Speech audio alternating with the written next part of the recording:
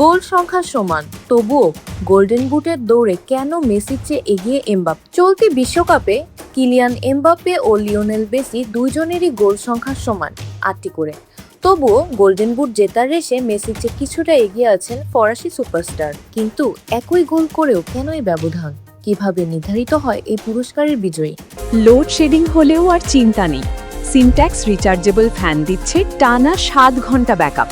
ফিফার নিয়ম অনুযায়ী গোল্ডেন বুট দেওয়ার ক্ষেত্রে শুধু গোল সংখ্যা দেখা হয় না, একাধিক খেলোয়াড়ের গোল সমান হলে বিজয়ী নির্ধারণের টাই ব্রেকার নিয়ম ব্যবহার করে ফুটবলের সর্বোচ্চ নিয়ন্ত্রক সংস্থা। প্রথম টাই ব্রেকার অ্যাসিস্ট। গোল সংখ্যা সমান হলে প্রথমে দেখা হয় কার অ্যাসিস্ট বা গোলের সহায়তা বেশি। এই জায়গাতেই মেসিকে টপকে গেছেন এমবাপ্পে। চলতি আসরে 8টি গোলের পাশাপাশি 3টি অ্যাসিস্ট করেছেন এমবাপ্পে, অর্থাৎ দলের 11টি গোলে সরাসরি অবদান তার। অন্যদিকে মেসি 8টি গোল করলেও অ্যাসিস্ট করেছেন 2টি, মোট 10টি গোলে তার অবদান রয়েছে। দ্বিতীয় টাই ব্রেকার মিনিট। যদি অ্যাসিস্টের সংখ্যাও সমান হতো তবে দেখা হতো কে মাঠে সবচেয়ে কম সময় বা কম মিনিট খেলেছেন। এই নিয়মের গ্যারাকলে আপাতত এমবাপ্পের চেয়ে পিছিয়ে আছেন মেসি। তবে গোল্ডেন বুটের এই লড়াই এখনো শেষ হয়নি।